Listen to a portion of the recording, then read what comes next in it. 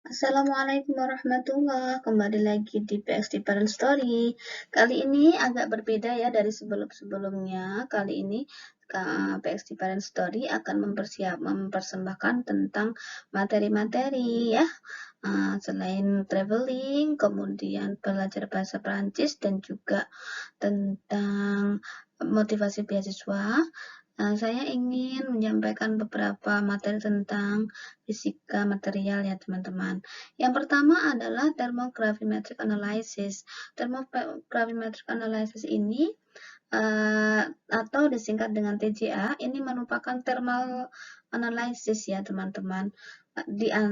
Selain thermal analysis selain TGA ada beberapa, yaitu DSC, kemudian ada DMA, ada DTA, dan macam-macamnya. Nanti akan kita bahas satu persatu ya teman-teman, insya Allah.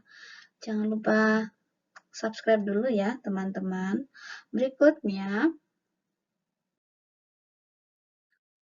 outline kali ini akan membahas tentang introduction, kemudian prinsipal teknologi, bagaimana teknologi yang bekerja pada TGA ini, kemudian aplikasinya, serta bagaimana membaca hasil dari TGA, kemudian analisis result, seperti apa, kita nanti akan lihat satu persatu ya. Semoga isinya bermanfaat. Selamat belajar. Oke, yang pertama TGA. TGA itu merupakan suatu teknik menganalisa dengan menggunakan kenaikan suhu ya. Kemudian apa sih prinsip utamanya? Prinsip utamanya itu dia mengukur perubahan massa atau perubahan berat yang berbanding lurus pada perubahan temperatur. Tipe-tipe TGA itu ada 3. Yang pertama adalah dynamic TGA, kemudian isothermal TGA, dan yang terakhir adalah quantitative TGA. Bedanya apa itu? Kalau yang dynamic TGA ya teman-teman, itu masanya ini tetap ya. Masanya ini tetap. Kemudian masanya sampel ini dipanaskan. Setelah masanya dipanaskan dengan suhu yang perlahan-perlahan naik, begitu ya teman-teman. Kemudian kalau yang isothermal TGA itu temperaturnya konstan. Jadi ini yang konstan temperaturnya. Jadi materialnya, masanya berubah apa tidak dengan temperatur yang konstan begitu. Kemudian yang quantitative TGA. Quantitative TGA itu kalau masanya sama, masanya itu dipanaskan, kemudian sampai mendekati masanya tadi tuh stabil pada waktu tertentu. Nah, pada waktu tertentu itu kalau udah stabil, nanti kemudian temperaturnya lagi dinaikkan lagi begitu. Jadi masanya dicari dulu temperatur di mana massa tadi tetap, kemudian dinaikkan secara perlahan-perlahan sampai menuju ke yang diinginkan. Yang menjadi prinsip dasar dari TGA itu adalah thermobalance atau kesetimbangan panas atau timbangan termalnya. Dan yang paling penting seperti yang tadi saya bilang, perubahan berat tadi itu setara dengan perubahan temperatur sebanding dengan perubahan waktu yang dikontrol dari atmosfer. Atmosfer di sini apa saja? Atmosfer tadi ada O2, kemudian ada N2, nitrogen, dan gas-gas inert lainnya. Gas-gas inert itu ada HE, NE, dan sebagainya ya. Kemudian kalau nggak dipakai ini ada kasih udara juga bisa, air. Ya, oke. Ini tulisannya jelas sekali ya. Oke, selanjutnya setelah kita panaskan, tentu saja di situ ada perubahan berat atau perubahan massa. Nah, perubahan nya itu terjadi. Kenapa sih? Yang pertama, karena ada dekomposisi, dan dekomposisi ini ada perusakan struktur kimia. Kemudian ada reduction atau reduksi, itu terkait dengan interaksi antara sampel dengan udara yang atmosfer yang kita pakai tadi dan dengan gas yang kita alirkan tadi, ada hidrogen, amonia, dan sebagainya. Kemudian ada desorption atau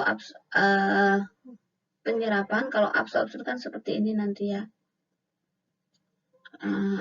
Ini yang absorption, ini yang desorption. Kemudian yang evaporation itu kalau dia kehilangan volatil-volatilnya, kalau ditingkatkan temperaturnya. Volatil-volatil itu pengotor-pengotornya. Oke.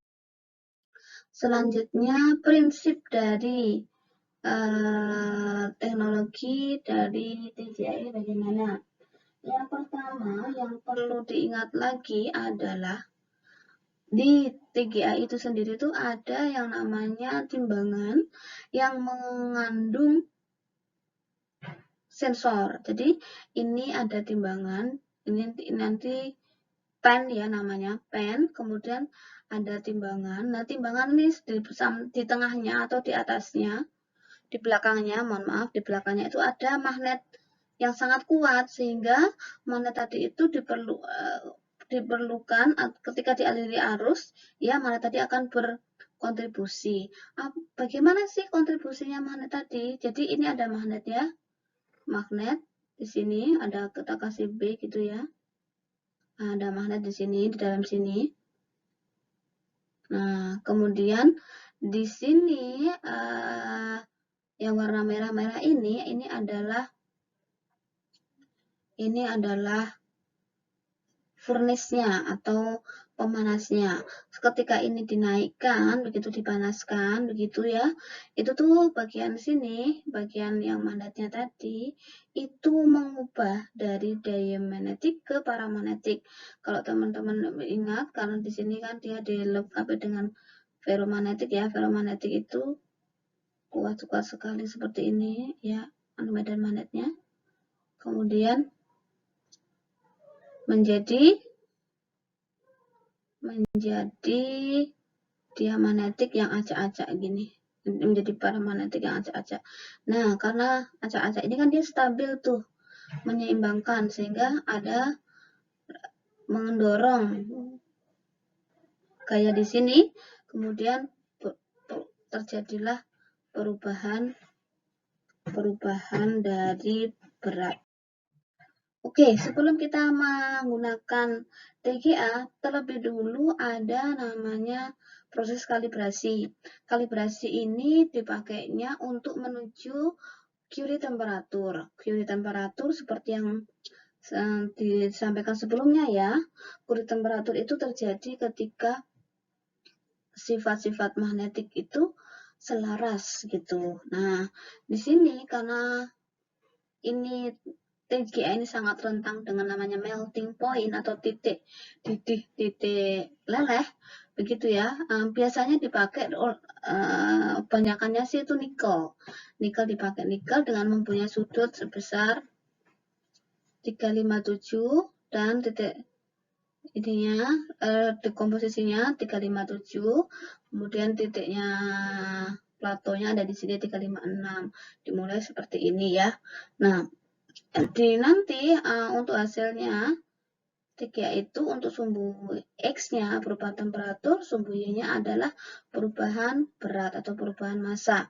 Nah, nanti untuk Curie temperatur ini tadi karena diubah dari ferromagnetik menuju ke paramagnetik, dari diamagnetik, dari sampelnya ke paramagnetik, maka akan terjadi keseimbangan. Kalau sudah Curie point-nya sudah segini, itu sudah aman digunakan.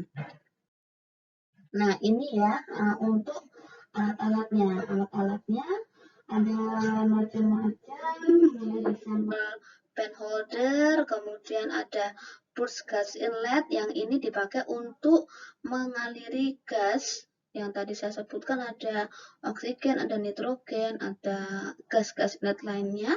Kemudian ada elevator base, kemudian ada pemanas atau yang tadi itu furnace-nya tadi ya. Kemudian sample pan fuse ini kecil nih ya. Kemudian ada thermocouple-nya yang nantinya akan mendeteksi adanya mendeteksi atau mengubah panas. Kemudian ada turbine-nya di sini, kemudian ada balance arm yang tadi ini ya, timbangan tadi ya, yang ada timbangannya tadi. Nah, kalau ini kan secara instrumennya, bagaimana dengan ininya?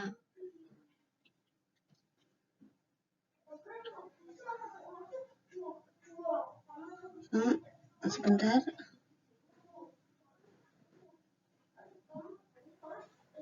Nah, ini ya, ini prosesnya. Prosesnya itu kita masukkan dulu di sini. Nah, ini sebelumnya kita bersihkan dulu ya. Setelah dibersihkan, barulah kita pilih pen-pennya yang dibutuhkan. Nah, pen-pen ini juga ada 3 jenis ya, teman-teman. Ada yang platinum, ada yang seramik, ada yang aluminium. Itu tergantung dari sampai suhu berapa sih kita memanasi bahan itu. Kemudian ini akan dialiri ke sini, ke koilnya ini ya. Ini tadi gas ya. Gasnya tadi dipanaskan, kemudian dialiri, selama pemanasan dialiri sehingga terjadi proses pemanasan di sini. Karena tadi sampelnya ada di pen yang kecil ini, teman-teman, sehingga sampel tadi itu turun drastis ininya, masanya. Jadi nanti ada 2 kurva, satunya dalam miligram dan satunya lagi dalam persen gitu. Nah, nanti hasil yang didapat juga ada 2 kurva. Kurva pertama kurva massa, yang kedua adalah kurva derivatif massa. Derivatif massa ini akan menghasilkan namanya inflection point atau titik infleksi, di mana titik infleksi ini menunjukkan bahwa temperaturnya itu ada di bagian mana ketika massa tadi itu mengalami penurunan drastis. Ingat ya, mengalami penurunan drastis di sini ya. Oke, selanjutnya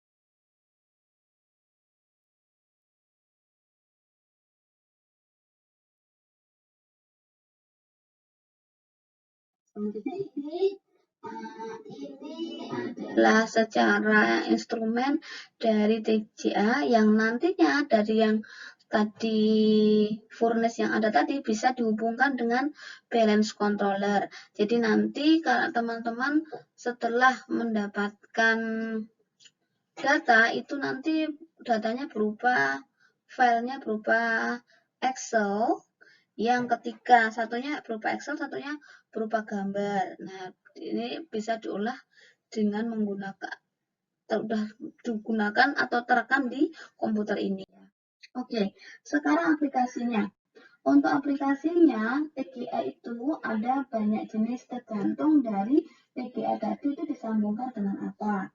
Yang pertama, kita bisa mengetahui komposisi dari sistem. Yang kedua, kita bisa mengetahui dekomposisinya, pada suhu berapa sih terjadi suhu dekomposisi atau terjadi temperatur onset.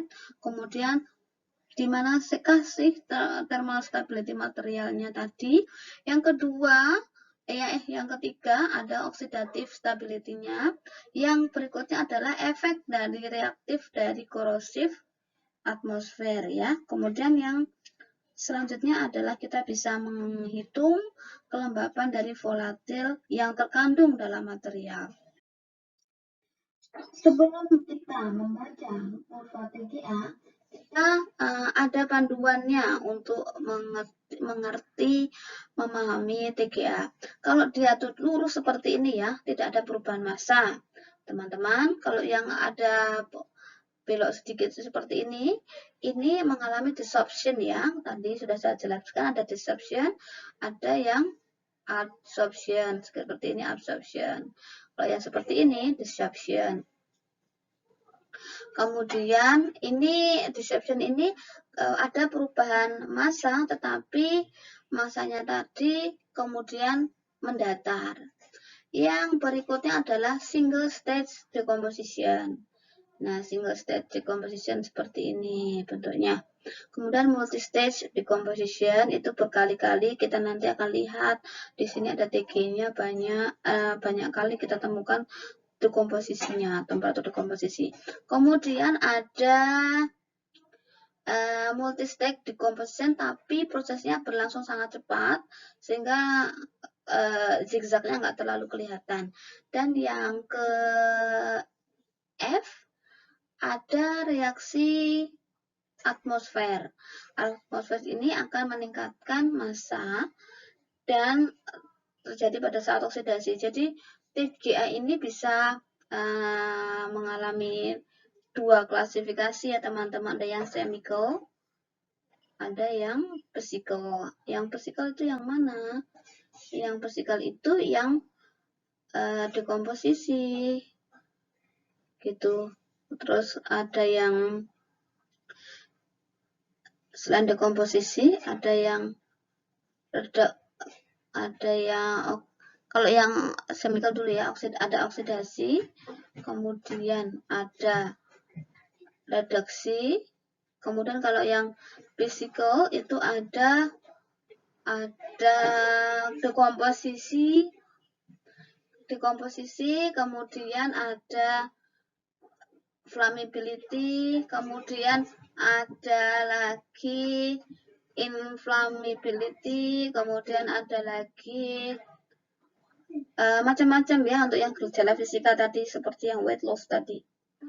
Kemudian ini untuk yang obtained result-nya atau yang kita peroleh dari TGA seperti ini. Ini setelah diolah dari Excel-nya. Yang pertama di sini nanti ada dikasih tahu sumbu X-nya adalah temperatur, sumbu Y-nya adalah persentase massa. Yang bisa kita peroleh informasi dulu di sini adalah yang pertama adalah TD-nya atau temperatur dekomposisinya saat mengalami seperti ini ya. Nah, ini saat mengalami seperti ini. Ini dekomposisinya itu sekitar ini ya 595. Oke, sini 9595. Kemudian yang kedua adalah T infleksi. T infleksi tadi adalah temperatur di mana kita bisa melihat paling besar massa itu jatuh atau mengalami penurunan paling drastis. Nah, di sini ya T infleksinya. Kemudian yang berikutnya kita tahu T platonya atau thermal stability-nya. Dan yang terakhir, yang nomor 4, kita bisa informasikan di sini ada char yield. Char yield itu perbandingan antara massa yang sudah terbakar atau dipanaskan, heated ya, massa heat, oke, per massa origin, oke. origin pas masa awal itu namanya char yield atau ini sisa-sisa ya, char yield. Oke, seperti itu ya teman-teman. Nah, ini kalau kita bisa lihat ya, tadi kan dari 100% tuh. Sekarang sudah sampai ke 78. Jadi, char yield-nya 100 dikurangi 78. Itu sekitar 22%. Jadi, ada masa yang hilang sebanyak, ada char yield yang kita tersisa adalah 22%, begitu. Nah, lebih jelas lagi, nah, ini ya, sebelumnya yang ini nih. Nah, ini juga sama, ini adalah kalau kita melihat seperti ini, ada 5 grafik begitu ya. 5 grafik ini nanti kita bisa simpulkan bahwa yang pertama tadi ya, ini adalah suhu dekomposisinya. Kita tarik ke bawah. Aduh, maaf. Ini nggak bisa lurus. Nah, ini suhu dekomposisinya ini berapa? Sekitar 580. Kemudian setelah suhu dekomposisi, informasi yang kedua lagi adalah suhu thermal stability-nya. Thermal stability-nya seperti apa? Ini di antara 800 sampai 900 terus stabil ya. Yang berikutnya informasinya adalah char yield-nya. Berapa persen di sini? Ini kira-kira 75, jadi 25% char yield-nya. Kemudian lagi, informasi yang berikutnya kalau udah double-double seperti ini bagaimana? Ini tuh adalah suatu material yang divariasikan kecepatan pemanasnya. Kecepatan pemanasnya 10, 20, 50, 100, dan 200. Nah, ini 5 ini tuh kalau semakin besar heating rate speed-nya, itu tuh ternyata hasilnya itu semakin ke sana, ya kan? Yang 200 itu kan yang biru kan ya. Nah, kemudian yang kuning itu yang 10 kan. Nah, ini menyebabkan semakin tinggi heating rate-nya, maka semakin besar thermal dekomposisinya. Ini di karakteristik bahan yang saya uji seperti itu. Itu ya, itu diantaranya. Kemudian kalau heating rate-nya kecil, itu TD-nya juga kecil.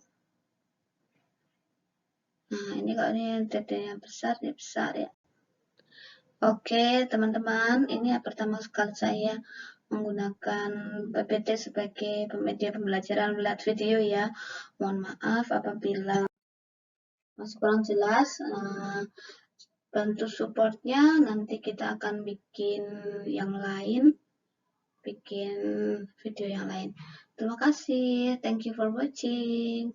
Wassalamualaikum warahmatullahi wabarakatuh.